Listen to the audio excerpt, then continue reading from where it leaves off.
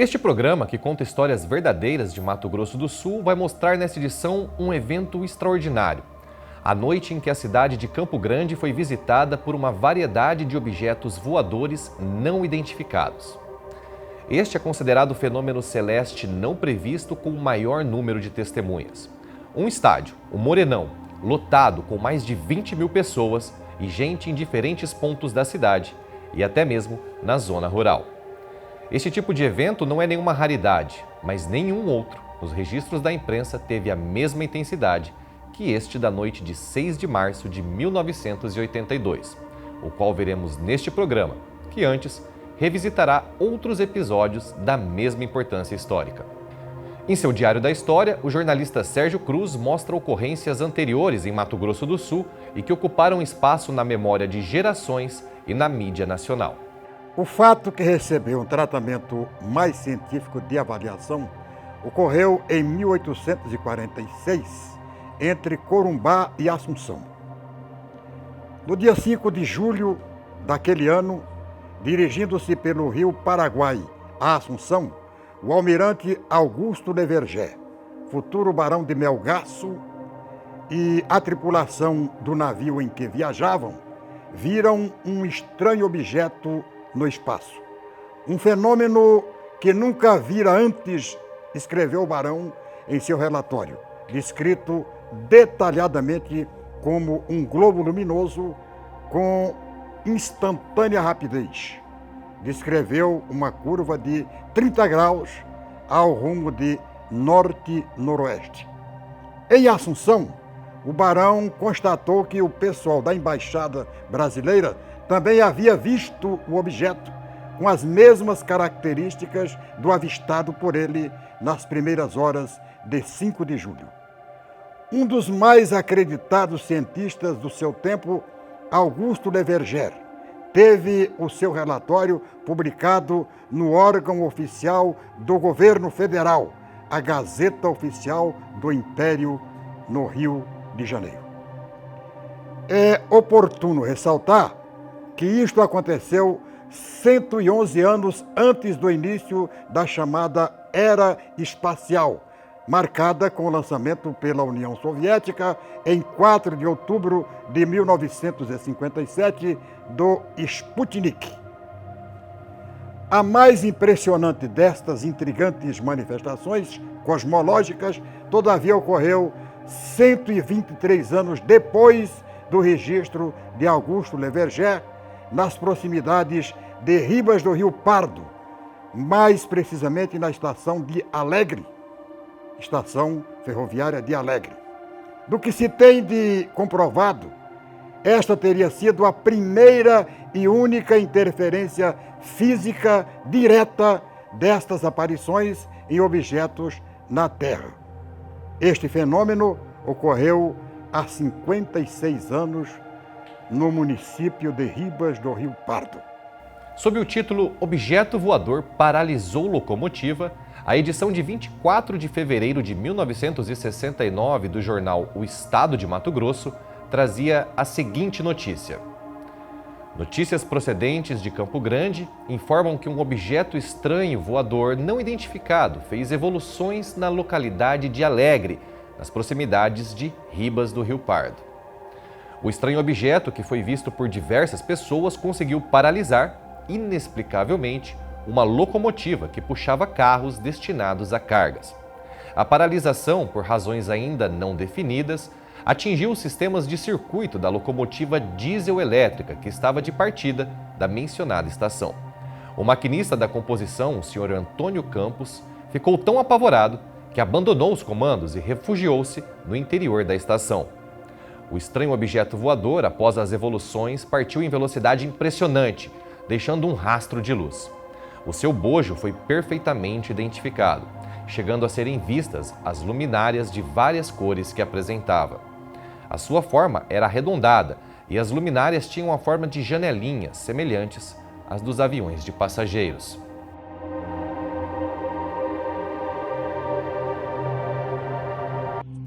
O mais recente desses eventos, em Mato Grosso do Sul, aconteceu em Campo Grande e região, na noite de 6 de março de 1982. Vamos ouvir nas palavras do próprio Sérgio Cruz. Pois é, esta aparição entra na história como a mais testemunhada de todas as manifestações do gênero. O objeto luminoso foi visto por um estádio com mais de 20 mil torcedores e diversas pessoas na cidade e na zona rural. Foi assunto dos 2 dias seguintes no rádio, nos jornais, programas de televisão e até hoje desperta grande curiosidade. Com o título Um OVNI, espetáculo na capital, o matutino Correio do Estado, da segunda-feira seguinte, estampou em sua primeira página a notícia do abrupto e surpreendente aparecimento de um objeto luminoso não identificado no estádio Pedro Pedrocian, em um jogo entre o Operário e Vasco da Gama. A claridade misteriosa foi disponibilizada a todos que assistiam o jogo e também em diversas partes da capital do estado, na zona rural e em outras cidades. Sérgio. Pois é, na época com 16 anos e já repórter de campo da antiga Rádio Cultura, hoje Rádio Hora, o jornalista Paulo Nonato de Souza, nosso querido Feijão, lembra de tudo como se tivesse acontecido hoje. Em 1982, como eu disse, eu estava atrás do gol e aquele objeto, primeiro ele apareceu em cima da marquise da arquibancada coberta e ele ficou ali balançando para a direita, para a esquerda, e foi no momento que eu percebi, para a direita, para a esquerda, assim, balançando no ar. Eu tive a impressão primeira de que pudesse ser helicópteros, né? Aviões da Força Aérea com paraquedistas, né? Porque não sei se você lembra, Sérgio, naquela época, aos domingos, mas sempre era de dia isso, quando os jogos eram à tarde, sempre tinha militares, né, da Força Aérea que saltavam de paraquedas no centro do gramado do Morenão. Era uma atração. As pessoas até pediam aquilo, né? Quando não tinha, as pessoas sentiam falta. Então, naquele momento, eu achei que fosse isso, mas eu falei, poxa, um jogo à noite, um sábado à noite. Os caras não vão saltar de paraquedas. E outra coisa, né? O técnico Carlos Castilho, ele aqui em Campo Grande, ele mandava prender, mandava soltar, entendeu? Ele tinha muita autoridade. E ele não permitia que ninguém pisasse no gramado, além dos jogadores. E eu falei, como que esses soldados vão saltar no gramado, né, num sábado à noite e com o jogo em andamento? Impossível. Então tudo aquilo veio na minha cabeça quando eu vi aquela coisa balançando em cima da marquise da arquibancada coberta. Aí, assim, em milésimo de segundo, já estava na minha frente, só que em cima da marquise, como quem chega ali no Morenão pelo Cine, o cinema lá, aquele que existia na época, no sentido de quem vinha do centro da cidade. Já estava naquela altura ali da arquibancada, como quem vinha do centro da cidade. E ali ele ficou por alguns instantes, aí de repente ele, num balanço assim, ele já estava no centro do gramado. E eu cuidando aquilo, porque eu gosto de observar comportamentos, essas coisas, então acho que aquilo, acho não, né, com certeza chamou a minha atenção para eu ficar observando. Eu tentava falar com as pessoas ali ao meu redor sobre aquilo e as pessoas não davam importância, né? Mas eu sim. E aí, no estalar de dedo, aquilo já estava no centro do gramado. E eu me lembro muito bem que o Cocada e o árbitro José de Assis Aragão, eu me lembro muito bem deles olhando para o alto, o jogo assim em andamento, e eles olharam para cima assim, entendeu? Para olhar aquela coisa que estava em cima deles. E aí, da mesma forma como aquilo veio de cima da marquise para o gramado, naquela velocidade inacreditável, ela partiu, entendeu? E saiu assim no sentido da arquibancada descoberta, e foi embora. E cheio de luzes coloridas.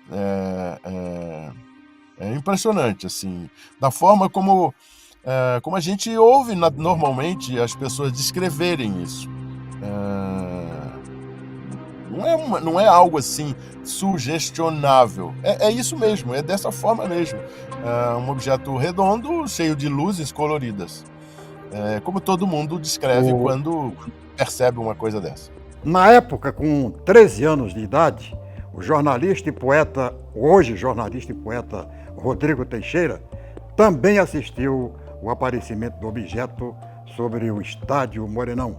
Ele estava na arquibancada coberta e fala o que lembra do episódio 43 anos depois. Operário e Vasco, com meu pai. Na época eu tinha 13 anos de idade, a gente estava na arquibancada coberta. Então eu lembro que eu olhando para o campo, de repente parou a bola e todo mundo começou a olhar para cima.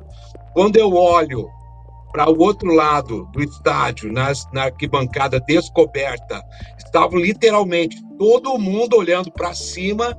Como a gente estava na coberta, não dava para ver muito bem, mas daí eu lembro que eu olho e de repente vem uma luz, aparece uma luz, como se tivesse vindo realmente um objeto. Não dava para ver se era nave ou um avião, só dava para ver muito claramente aquele clarão, como se fosse um holofote muito forte realmente. Eu lembro de uma luz mais branca mesmo, e aquilo durou 3 segundos, 4 segundos, em que aparece em cima do estádio aquela luz muito forte e, de repente, num movimento que não foi horizontal ou vertical, ele some. Foi isso. Foi muito rápido. Eu acredito que depois, assim, ficou um silêncio muito grande no estádio e aí, voltou ao normal. Então, foi uma coisa muito rápida e intensa também. Como eu falei, não dava para ver assim uma nave, tá? O que dava para perceber era que tinha um ponto muito intenso no centro dessa luz que ele se movimentava. E na minha memória não foi um arco-íris de luz, foi uma luz muito branca e intensa, assim, sem muita variação do que eu lembro, sabe? E eu não lembro também, depois que aconteceu, de ter parado ou da gente ficar conversando sobre isso, sabe? Por isso que eu não sei se aconteceu algo como nos Homens de Preto, né? Que depois da pessoa ter presenciado o fenômeno, se de alguma maneira eles bloqueavam isso na memória, né, das pessoas, né? No caso do filme é um aparelhinho de luz, né, como se fosse um flash, né? Mas eu não lembro de, por exemplo, ter parado o jogo ou a gente ficar conversando com o vizinho do lado e tal. Eu não sei, foi algo que parece que aconteceu. Todo mundo ficou muito impressionado, mas logo depois a vida continuou. Então, olha, como eu era muito novo e o meu pai, muito cético, né? Você perguntava para ele se ele tinha visto, ele falava que não tinha visto nada, né? Eu lembro que a mídia, né? Foi muito intensa na época, falando. E Sérgio, você bem sincero contigo, foi algo. Eu não sei se a gente foi todos abduzidos ali naquele momento, sabe?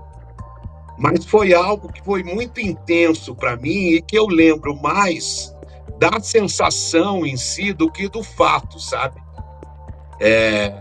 Mas lembro muito bem dessa questão da luz e como sumiu também. Foi algo que me acompanha até hoje, né?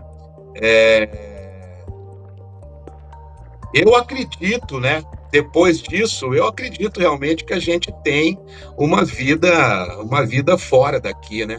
Não tem como nesse universo tão grande aí não ter outras formas de vida. E eu também era muito aluno do Gevaer, né? que era o querido Jevaer, que fez a revista UFO, e que ele parava as aulas para contar os casos para a gente, e que foi algo que foi muito falado, né? Eu, a partir disso aí, eu fiquei realmente muito impressionado e tendo certeza que a gente tem outras vidas aí na galáxia. José Assis Aragão, o árbitro do jogo Operário e Vasco, também lembra o episódio. Grosso, Campo Grande, se não me engano. Vasco e Operário de Campo Grande. O jogo está correndo normal, de repente a gente vê uma luz clara, bem clara, olha para cima. Diz ao pessoal que era disco voador. Eu não posso afirmar porque eu não sou da área, não conheço. Mas que teve essa luz grande parada em cima do estádio, teve. Todo mundo começou a olhar para cima, torcedor, aquele barulho, você vê o barulho, né? Os jogadores olhando para cima, paramos o jogo. Opa! Daqui a pouco sumiu. Aí o pessoal, é disco voador, é disco voador, disco voador. Quando sumiu, aí nós continuamos o jogo. Fora de Campo Grande, o fenômeno foi detectado por diversas pessoas, entre elas o jornalista Sérgio Cruz, que está aqui com a gente. Pois é, naquela noite eu voltava de Pedro Gomes em companhia de meu irmão Walter e Dr. Wilson Barbosa Martins, então pré-candidato a governador do estado na primeira eleição direta de Mato Grosso do Sul. Nas proximidades de São Gabriel do Oeste, nós fizemos uma parada técnica e ao voltar ao veículo, demos de cara com um objeto azul cintilante orbitando de oeste para leste. Em menos de um minuto, aquela imagem fantástica desapareceu em sua espantosa velocidade. Quem mais se impressionou com o fenômeno foi o Dr. Wilson, cuja reação imediata foi esperar alguns minutos na expectativa de novos objetos ou mesmo a volta do que acabava de passar, numa outra volta à Terra. Ele esperava que uma volta à Terra voltasse ao lugar onde estávamos. A primeira explicação que eu tive para o fenômeno foi a de que a gente havia sido invadido, sofrido a invasão de discos voadores, ou coisa parecida. O restante da viagem, nós falamos muito sobre o objeto e chegamos a um consenso. O que vimos foi um satélite artificial. No dia seguinte, um domingo, não se falava noutra coisa na cidade de Campo Grande. Na segunda-feira, a repercussão foi ampliada com a notícia estampada na capa do jornal Correio do Estado. Sérgio, isso guarda alguma relação do que vocês viram em São Gabriel com o que aconteceu na mesma noite em Campo Grande? Bom, pelo que hoje eu entendo da matéria, estou convencido de que o meu objeto, o que nós vimos, eu, meu irmão e o Dr. Wilson Martins, não é o mesmo que apareceu no estádio Pedro Pedrocian. Se naquela época já era possível qualificar um satélite artificial, se hoje já é possível identificar o que é lixo espacial, o objeto do Morenão, por suas características, ainda continua sendo um grande mistério. Das memórias deste espetáculo sideral vivido naquela noite de 1982, uma ficou profundamente marcada na pessoa do ufólogo Jevaerd, que do Paraná foi trazido para Campo Grande pelo interesse despertado por aquele episódio. Aqui, a J. Jevaerd criou a revista UFO, que por muito tempo foi referência nacional e até internacional nesta área do conhecimento humano. Jevaerd, autodidata, está no topo da lista dos mais acreditados no estado de Mato Grosso do Sul e no Brasil, da ufologia no mundo. A J. Jevaerd morreu aos 60 anos em Campo Grande, no ano de 2022, deixando como legado, através dos seus estudos e pesquisas, a convicção de que é possível a vida fora da Terra. Mas esta é outra história.